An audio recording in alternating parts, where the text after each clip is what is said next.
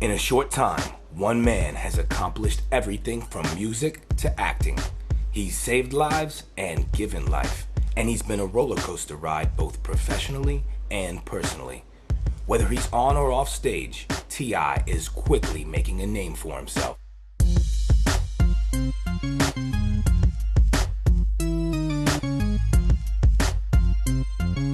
On September 25th, 1980, a baby boy named Clifford Joseph Harris Jr.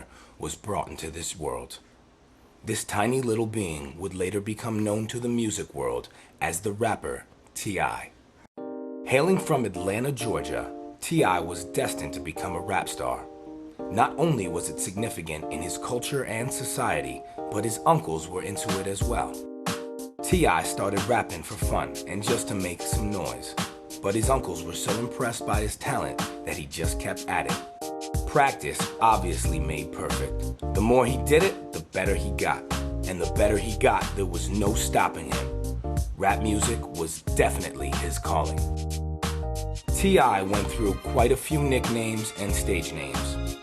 Before settling on T.I., he went by Tip, T.I.P., and Rubber Band Man, which came from his former association as a dope boy.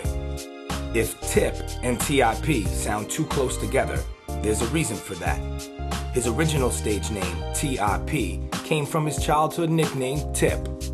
Due to his southern accent, fans mistakenly thought he was calling himself Chip. As a result, he began spelling it out, T.I.P. The best name I like for T.I., it had to be T.I. because that's the name he used now for like his peak of his career. It's kind of fit him, but I kind of like the Rubber Band Man too, because the Rubber Band Man, one time in one of the interviews I heard him say the rubber band around his wrist represent the struggle before all the bling and the bling blow. I think T.I. is the best name. It's short, to the point, and people remember it. So why does he call himself T.I.?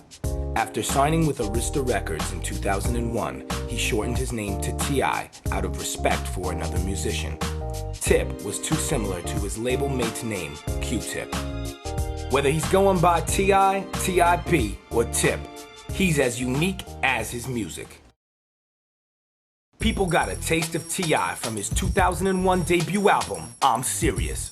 Pharrell Williams of the Neptunes, who referred to T.I. as the Jay-Z of the South, Jazzy Faye, and Youngbloods all lended their voices to the album.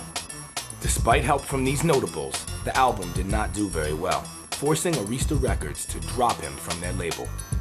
That didn't stop T.I. from reaching his musical dreams. He formed Grand Hustle Records and released several mixtapes. With the help of DJ Drama, the tapes got a lot of underground buzz.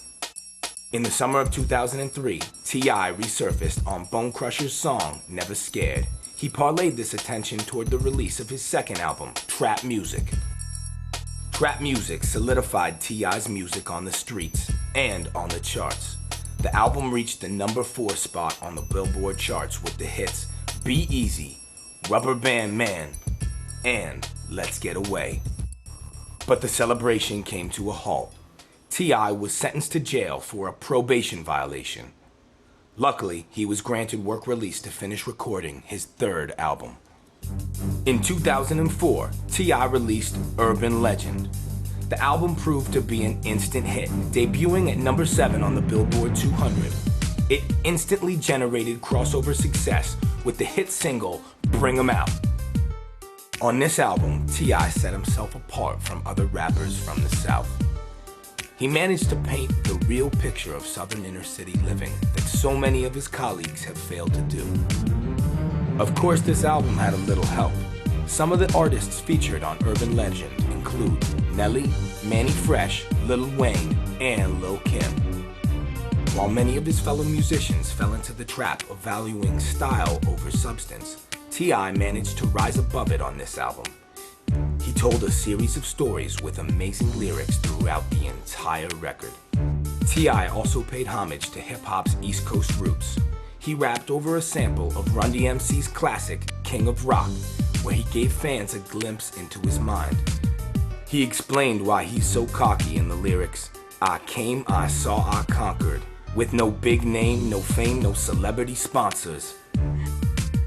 On the final track, My Life, which features West Coast rapper Daz Dillinger, T.I. showed listeners his ability to adapt to an entirely different style of hip-hop.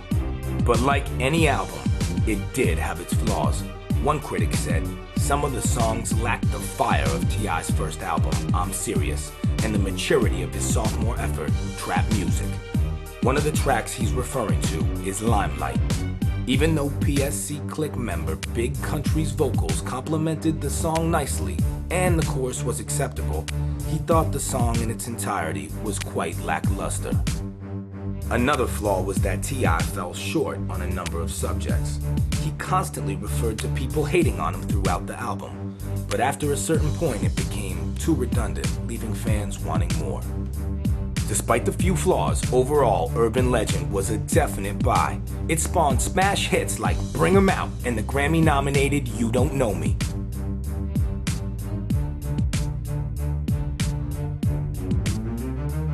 T.I.'s fourth album, King, moved off shelves as quickly as it came. It hit stores in March 2006 and sold over 520,000 copies in its first week. It also debuted at #1 on the Billboard 200. Even mobile provider Sprint was getting in on the action. They partnered with T.I. to offer images, downloads, and exclusive ringers even before King's release date. In April 2006, T.I. was Sprint's featured artist of the month. 3 unreleased tracks, along with his instrumentals for What You Know and Ride With Me, were made available, along with full music videos for video-enabled phones. Why the sudden interest from Sprint? Because T.I.'s previous album, Urban Legend, proved popular with Sprint customers. More than 1 million music tones were downloaded from that album. But all that praise and recognition about King wasn't enough to keep T.I. smiling. He felt like he was still playing catch-up. He had mixed feelings because he felt that his career should have taken off in 2001 with the release of his first album, I'm Serious. He said, I feel like I should have had Nelly's or 50's career. I should have dropped and debuted at #1 and went hard from the top. But God don't make mistakes, and I don't regret none of the things I went through. I like King of the South, and that's my favorite album from T.I. I think it's tough to make an impact with your first album anyways. And where he's a Southern rapper, a lot of people weren't really paying attention to rap coming out of the South until recently. So it makes sense that with his third album, he got popular, but the earlier albums were kind of under the radar. To me personally, I felt T.I. on the album before this one. But he wrote this whole album off this single he just had, and then he dropped another single with the female, Why You Want It. But nah, T.I., 5 to 10 years, it's gonna be who? Who, what, and where? Right now, from the South and where he coming from, nah, he fell off this album. This album was whack, point blank, period. He had 2 hits. The album before this was running with a couple of songs. I could play, skip. Now I'm skip, play, skip, play, and that's it. So I don't see him nowhere 5 to 10 years. And PSC, that's a here today, gone tomorrow whole clip.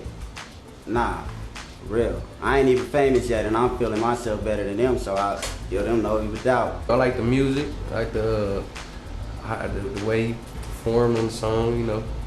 He was underrated then, Urban Legend, but then he came back with this one, and like, nah, he rolled it off with that, What You Know About That single, and that was it. T.I., he now earned his place in the music business, because like the first album he did, it's like he had to like kind of pay his dues to be up there with the 50 Cents and the Snoop Dogg. So I believe he paid his dues now. He's been on his job. The second single from King, Why You Wanna, may be familiar to dance enthusiasts. T.I. used a sample from Crystal Waters' hit, Gypsy Woman. T.I. said that he couldn't take any credit for that sample. It was actually one of his producers at Grand Hustle who introduced him to the track. As soon as he started playing Gypsy Woman, everyone in the room started singing along. That's when T.I. knew he had to put it on his album. It's no wonder King did so well. One reviewer said that the album showed maturity. Even T.I. wanted it to be his best work. He said that everything he thought he could have done different in his other albums, he did on King. What was his secret? Not only did he do it differently, he did it better. If his fans listen carefully, they may realize that some of the songs from his previous 3 releases were reincarnated and mutated into something better. For those who liked You Don't Know Me, for which T.I. received a Grammy nomination for Best Solo Rap Performance, T.I. gave them not 1, but 2 songs, Top Back and I'm Straight. Those who enjoyed Praying for Help, again T.I. came up with 2 better versions, Good Life and Living in the Sky. What Do You Know, the first single from King, became the #1 most added track at both CHR Rhythmic and urban radio stations nationwide. The video to the song features cameos by actor Mike Epps and Travis Barker of Blink-182. It was directed by Chris Robinson, who also directed T.I. in his acting debut in the Warner Brothers film ATL. The video shows a day in the life of T.I., where he attends the premiere of ATL, joins the film's cast in the theater, and then attends the after party. Most of the music from King had people singing, but the track I'm Talking to You had a lot of people talking. There was a lot of chat rooms on the internet dedicated to the song. Fans were trying to figure out exactly who T.I. was dissing, if anyone. Some speculated that it was more of a general warning because otherwise, T.I. would have been more upfront about it. They said that if he did have a problem with somebody specific, he would straight out say their name. But T.I. put the speculations to rest. He told reporters that he didn't have anyone specific in mind. He was really just talking about anyone who represents fakeness. He also said that it's really about things that go on day to day throughout his life that most people have no idea about. And why should he mention a specific person that no one knows? It doesn't really make any sense. All in all, the album was highly praised for T.I.'s sincerity in delivering his rags to riches story. While other musicians spend much of their albums giving an inventory of their materialistic possessions, T.I. avoided that trap. If you're yearning for more songs on King, check out the mixtape, The Leak. T.I. had to drop 2 of the original songs from his 4th album because they were leaked on the internet right before the album's release. You can find both songs along with new tracks on his mixtape. King might be T.I.'s latest album, but hopefully it won't be his last. Whether it's breaking up with your first boyfriend or girlfriend, or moving out of your parents' house to live in an exciting new city, it's never easy to say goodbye. But when your best friend and confidant leaves you forever, it's the hardest thing you ever have to go through. Unfortunately, on Wednesday, May 3rd, 2006, T.I. had to do just that. His longtime childhood friend and personal assistant, 26-year-old Flagg Johnson, was killed in a gun battle in Cincinnati, Ohio. Witnesses told police that a fight began at a post-performance party for T.I. and fellow rapper Young Jock at Club Ritz. A dispute with locals broke out, so T.I. and his entourage decided to leave the party. But it didn't seem to matter. 2 dark-colored SUVs pursued T.I. and his crew, and a gun battle ensued. That was the beginning of the end for one of T.I.'s crew. His best friend, Flagg Johnson, was pronounced dead at the Cincinnati hospital several hours later. Luckily, T.I. didn't suffer any injuries, but 3 others from his group did. A 22-year-old woman from Minnesota was hospitalized but in stable condition, while a 40-year-old bodyguard and a driver were treated and released. T.I. told the Atlanta Journal-Constitution that he wasn't sure what sparked the fight that ended his friend's life. All he knew was that some partygoers at Club Ritz were enraged just because someone threw money at the audience members during a set by Young Jock. A witness told the Cincinnati Enquirer that the money was for the ladies, but the money accidentally hit some men in the face. The men took offense to this because they thought, "We got money, so why they throwing money at us?" T.I. and his crew decided to leave to avoid a scene. They got into the van where T.I. sat in the back row on the driver's side, and Johnson sat in the row in front of him. As the van headed towards the highway, shots rang out, hitting Johnson and 3 others. Officers responded to reports of the shooting at approximately 3 in the morning on southbound Interstate 75, one of the 2 main roads that leads to Cincinnati's downtown. Once the van stopped on the highway, T.I. helped carry his friend into another car that transported them to the hospital, where he was pronounced dead a few hours later.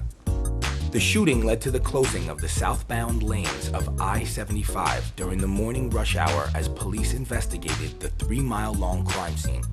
The road didn't reopen until 10 a.m. that morning. Days after the incident, T.I. still had long red scratches across the back of his left shoulder from the glass that shattered when it was hit by bullets. What's interesting is that community leaders and police asked the Cincinnati City Council to close down Club Ritz in April 2005 after several incidents at the club. Unfortunately, the council members voted against it. 2 months after the request was denied in June 2005, 3 people were shot in front of the club after a fight took place outside. The owner of the club said that he would close the bar until he could resolve security problems and guarantee the presence of enough paid police and security officers. According to witnesses, there were plenty of law enforcement officers at the club when the incident occurred. So how was it that the gun battle still went on after the club's owners promised to get more officers? No one knows. Unfortunately, Flagg Johnson's death wasn't the end of the gun battle. The Cincinnati Police Department feared that a possible retaliation shooting may have been in the works. They increased their uniformed and undercover patrols in the area around Club Ritz. Their fears stemmed from information they received from various sources. They said that out-of-town people, possibly from Atlanta, were in town to carry out attacks in honor of T.I.'s best friend. So far, no vengeful incidents have occurred. Young Jock set the record straight about the unfortunate shooting. He went on Atlanta's radio station, V103 FM, hosted by Ryan Cameron, and told listeners that T.I. was a peacemaker in the incident and tried to defuse the situation. He said that T.I. had absolutely nothing to do with the violence. T.I. told the Atlanta Journal-Constitution in his first interview since the gun battle that the death of Flagg Johnson forced him to reevaluate his own life and career. He said that he could never forget the final moments of his best friend's life. I told him that I had him, and it was gonna be all right. And he said, all right. A few short hours later, Johnson passed away. I'm kinda like watching my life change right before my eyes. I'm figuring out whether or not I even want to keep doing this stuff right now. T.I. told the paper that he didn't think he and Johnson had to live like that anymore. He thought that stuff was over for them. They had both overcome life on the streets and felt like life was getting better. And then the shooting happened. T.I. also said, I'm not ever going to be the same. Success isn't measured in money, it's measured in happiness. Peace. And I ain't at peace right now. And I ain't happy. My partner's gone. Nothing could replace his friend. But hopefully T.I. knows that his friend would want him to move on. It wasn't enough that T.I. had to watch his best friend die, but he had to relive the experience. T.I. addressed approximately 600 people at Flagg Johnson's funeral service in Atlanta. Flowers and photos of Johnson framed his casket, which was open for a final viewing before the ceremony. He stumbled over his words as he stood over Johnson's midnight blue casket and tried to describe losing his best friend. He said it was the toughest speech he's ever had to make. I've held a microphone at many concerts and other situations, but I never had to do anything this hard before. For my partner, I ain't even going to focus on no negativity. Family forever, and I love you. T.I. remembered how they grew up together. He and Johnson were friends since nursery school.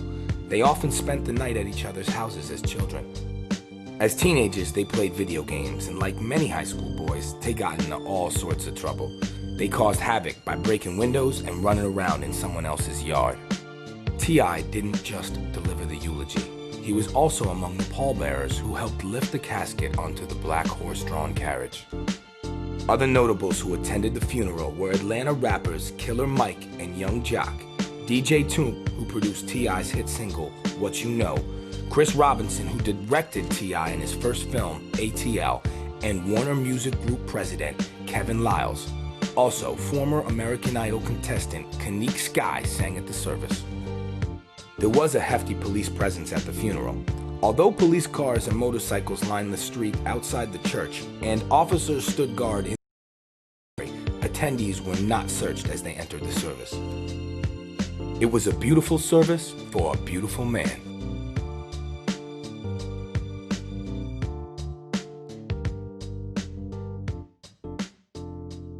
Not all musicians are cut out to be actors, but T.I. has proven he can do both.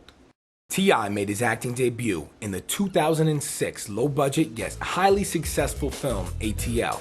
He played the teen role of Rashad, whose character mirrored his own turbulent upbringing. T.I. said that Rashawn is a young man who faces a lot of grown man situations.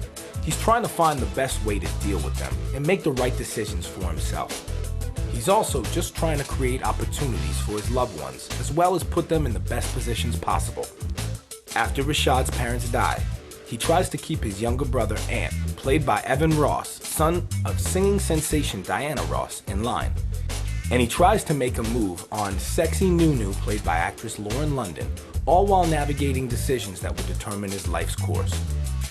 The film spotlights Atlanta's famous Jelly Beans skating rink. The rink was not only a popular hangout for the teenagers in the film, but also for both T.I. and the director when they were teenagers growing up in Atlanta. Truly, I think how I feel, T.I., I seen his movie ATL, longevity in the movie career. To me, he's a real great actor. But the music thing, he still got some more dues to pay. To me, ATL, it was a film. I thought that was Rollerblade 2. That's what I called it. Stick to rapping, man. He was real with that, but he was cool for his first little appearance. Yeah, ATL was a very good movie. It had a lot of good points, trying to take care of his little brother, guide his little brother in the right direction.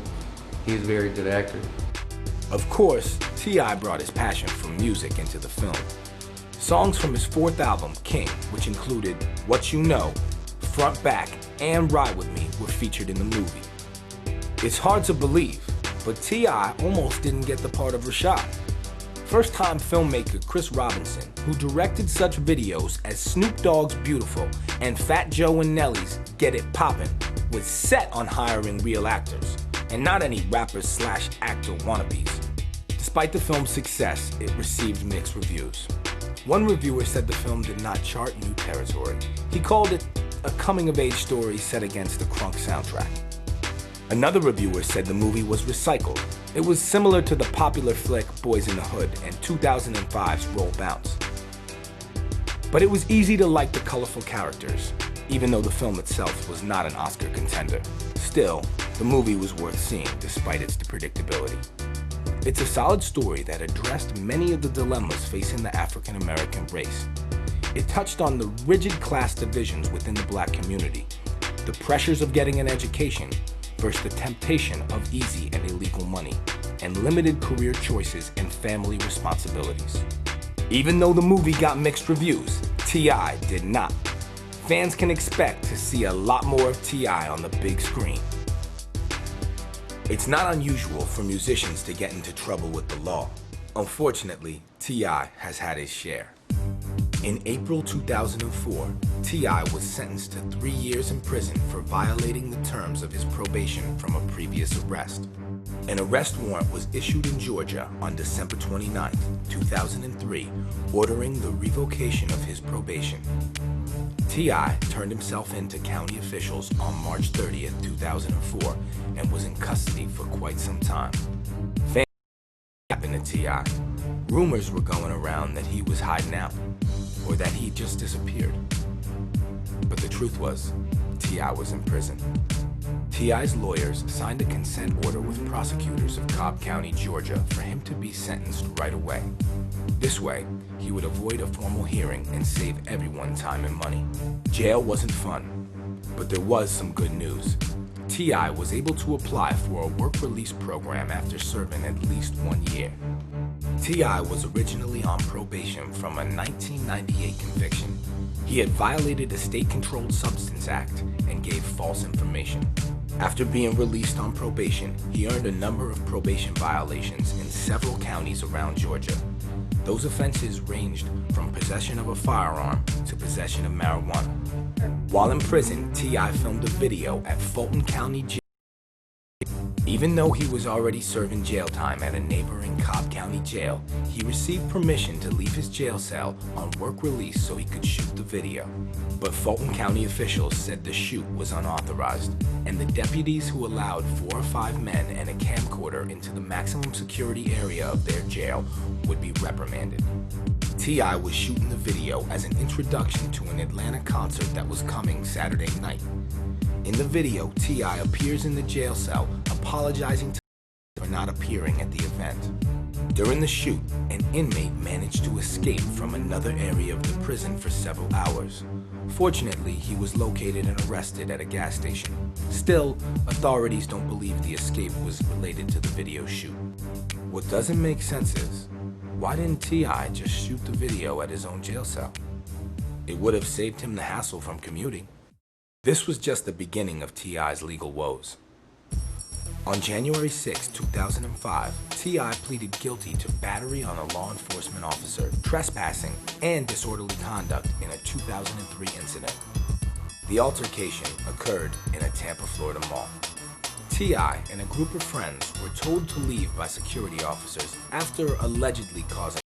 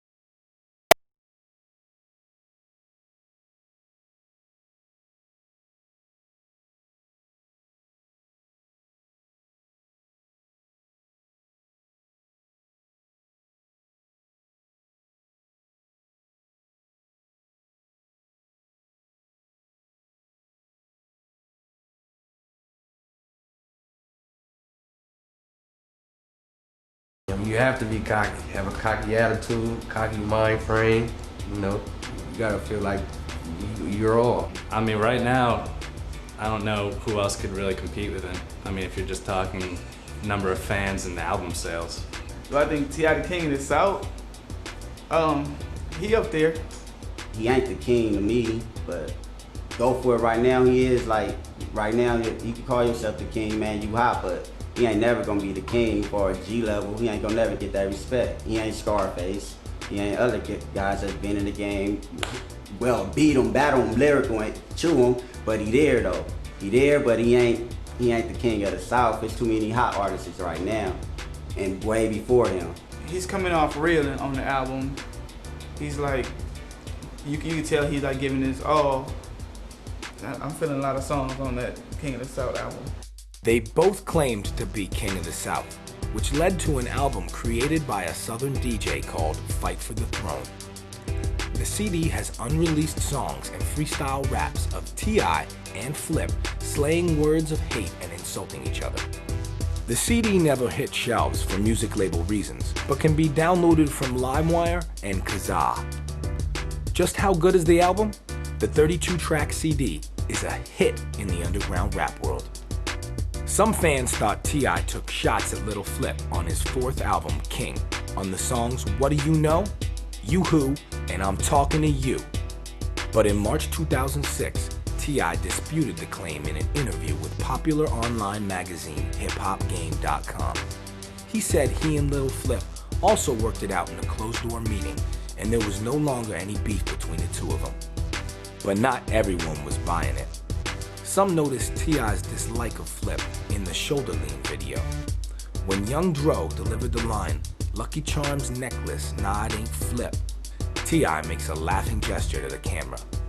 Hopefully, these men can get past their differences and make beautiful music together.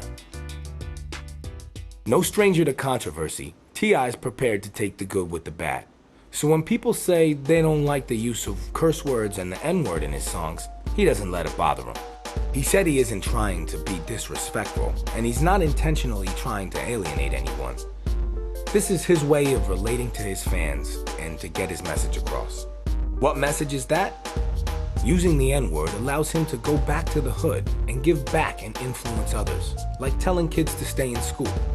He said, if you can't relate to the people you're trying to move, then you're not gonna be able to motivate them to do better. He knows he's using the N-word, but in the process he's making good out of it. To him, it's more important because the good outweighs the bad. Another controversy T.I. was involved in was regarding the amount of media attention he received after the unfortunate killing of his best friend, Philont Johnson. Some residents of Atlanta thought the incident received too much coverage. T.I. is just another young thug who's a poor role model. His antics aren't news, and stories about him have no place in the newspaper, much less on the Sunday front page. One woman said, the AJC has played this up like he's a national leader. I'm sorry the man got killed, but look who he was and who he hung out with. How come this gets so much play? She also said that she had to dig deep into the newspaper to learn what her congressman had to say about the illegal immigration. She feels newspaper and other media spend too much time covering entertainers and musicians. I'm in LA and, I ain't gonna even put out numbers. People got killed last night, the night before, best friends, mother, kids, and just because he a rapper, they blew it up, but people out here having mad car washes, homie, mad car washes to bury somebody. So it's like a rapper getting all that publicity and all that, because somebody got murdered that he know, homie, you better bury that dude, do what's right, because homie, we hungry out here. We can't even afford to bury some people. We losing our best friends, so they gave it way too much. For real. They could throw something to the ghetto about these kids getting killed before they go to a rapper losing somebody. I think T.I. best friend, Philont Johnson, I think he deserved the media attention. And I know people die every day, but it's like, it probably go down, the violence and everything, because T.I., he's this big time artist. So it probably helped people slow stuff down, because it's getting serious out here. It doesn't surprise me that the friend of a rapper gets media attention while a lot of people's death go ignored. It's It's an entertainment culture. And if you're attached to a name that's big in entertainment, you'll get that kind of coverage, so it doesn't really surprise me. These complaints were nothing new to Sonia Murray, who's covered pop music for the AJC for over 10 years. She said hip-hop is a billion-dollar industry, and many of those artists and producers call Atlanta home. To her, it's a huge mistake for newspapers to ignore the industry and its impact. Murray's front-page story in the Sunday paper of the AJC about Falon Johnson's untimely death drew a range of emotions from readers. One man left her a hateful phone message that included several references to the M-word. On the positive, an employee of the Monastery of the Holy Spirit in Conyers called offering to provide advice and spiritual counseling to T.I. Of course, newspapers isn't just about covering news. It's about selling papers. News about celebrities always gets the attention of readers. Photographs with Murray's Sunday story drew 142,000 page views on AJC.com, and those from Johnson's funeral drew 134,000. Murray defended her paper's decision in telling Johnson's story. She considers him a role model. He was working hard at his dream and enjoying the fruits of his labor. He was also a loving father, a devoted son, and a loyal friend to T.I. Still, Murray admitted that her newspaper probably did go too far in writing about his funeral in so much detail. She felt the paper didn't need to post Johnson's funeral program on their website. Johnson's death was another incident in a string of violent attacks surrounding rap artists.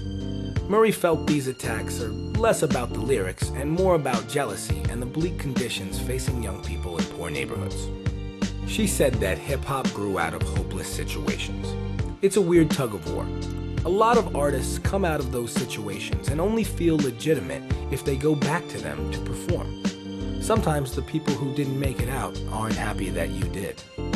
Even if Johnson's murder wasn't associated with a popular rap artist, Murray claims she would have been interested in his story because she was so deeply disturbed by the number of young black men who are murdered each year in this country.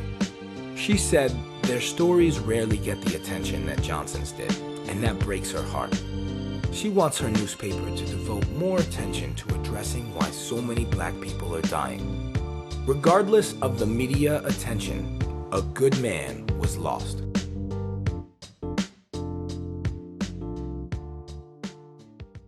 T.I. is a true hero.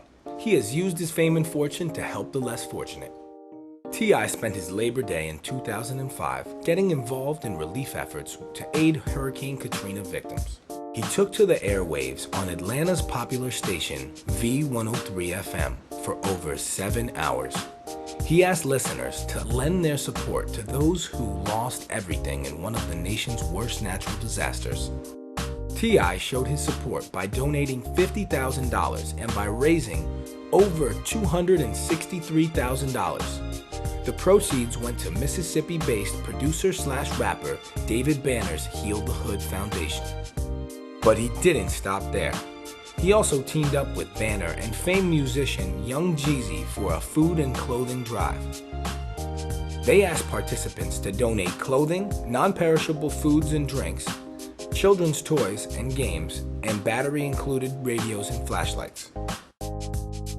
In April 2006, T.I. teamed up with It's Cool to Be Smart, single-parent initiative, to talk to over 150 youths at the Paulding Detention Center in Atlanta, Georgia. His goal was to provide hope to the young teens at the detention center. He answered questions about the importance of education and his success in the music industry. This wasn't the first time T.I. helped out kids. In the past, he, along with Grand Hustle Management and Atlantic Records, have helped provide scholarships to single-parent families at the Boys and Girls Clubs. In June 2005, T.I. was recognized for his charity work. The Lisa Left Eye Lopez Foundation, which was named after the deceased member of the multi-platinum female group TLC, and Atlanta's famed radio station V103 FM, honored T.I. with the 2005 Lisa Lopez Award for groundbreaking achievements in music and community service. On Thursday night, June 1st, 2006, T.I. and opener Young Jock lived every performer's dream. They played 2 shows for the toughest crowd at the legendary Apollo Theater. And what a performance they gave. T.I. started the second show of the night standing in the middle of the stage wearing a Bathing Apes hooded sweatshirt, orange shorts, and matching sneakers. And the accessory to every outfit, a Louis Vuitton backpack. When the music for King began, T.I. removed his hood to reveal his face, and the crowd went wild. With DJ Drama on the turntables, T.I. was constantly on the go.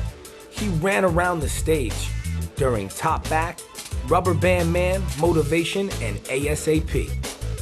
Of course, some of the ladies in the front row just couldn't help themselves. They grabbed at T.I. when he rapped in their section during 24s. He then showed them his appreciation by swinging some of those sweet melodies that appeal to women, such as Freak Though, Let's Get Away, and Why You Wanna. And in Apollo tradition, the audience sang right along. But there were also some serious moments. T.I. asked the crowd to hold their cell phones in the air and let the light shine. He then talked about those people who weren't there because they were either deceased or in prison. One of those people was his best friend, Valant Johnson, who was killed in a shootout 2 months earlier. Of course, all good shows have to come to an end. T.I. ended the show with his mega hits, Bring 'Em Out and What You Know. T.I.'s music may be keeping him busy, but that hasn't interfered with his love life. The rap star has 4 children with 3 different women. His 4th child with escaped singer Tiny has inspired his 4th album, King. T.I. and Tiny may have been together long enough to produce a child, but in March of 2006, the duo called off their wedding. Too bad, it seemed like true love. The pair started dating years before T.I. blew up. Tiny even threw T.I. a private party at one of Atlanta's naughtiest strip clubs. But T.I. didn't spend too much time consoling his broken heart. He was linked to Flavor of Love winner Hoops of the VH1 reality show. When Kendra G of Chicago's Power 92 morning radio show asked Hoops about her alleged love affair with T.I., Hoops said they were just friends. Not so. According to an anonymous Atlanta woman, she claimed to have engaged in a 3-way with T.I. and Hoops. The woman, who has danced in many popular hip-hop music videos, claims she met the two in April of 2006 at an Atlanta nightclub. She said Hoops was trying to pick her up, and when the club was ready to close, T.I. invited both ladies to an after-party at his mansion, where a marathon sex session lasted for over 2 hours. True or false? Only T.I. knows for sure. One thing is definitely true. T.I. has no problem getting the ladies. People may know T.I. for releasing one hit after another, but he's not just another rapper. He's also a businessman through and through. In 2005 alone, T.I. founded his own film production company, Grand Hustle Films, signed a multi-artist joint venture deal for his label with Atlantic Records, and established a music publishing deal with Grand Hustle Music with Warner Chappell. That same year, he also co-executive produced the soundtrack to the Oscar-nominated film Hustle and Flow, and released the collection through Grand Hustle and Atlantic Records. Unrelated to entertainment, T.I. also owns a construction company called New Finish, which he runs with his uncle Quentin. They renovate, construct, and then sell new homes. In March 2006, T.I. unveiled his plans to launch a new unnamed clothing line. Now, all he needs is the right distributor to team up with. T.I. admits to not having any experience in the fashion business, but that's not gonna stop him from debuting his own line. He'll give the people what he thinks they may like and what he himself likes to wear. So what should people expect from this new line? He considers his collection upscale urban, and it will be in competition with Sean John and Ralph Lauren. If his prior business endeavors are any indication, no doubt his new clothing line will be a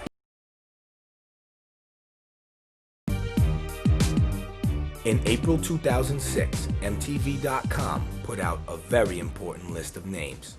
Those names were the 10 candidates who should be in the running for the greatest MCs of all time in hip-hop in 5 to 10 years.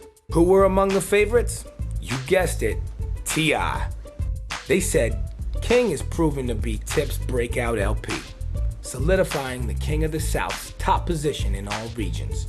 He's finally crossed over into that rare breed of hip-hop pop star like Jay-Z, who is just as loved in the trap as he is on the airwaves and record stores.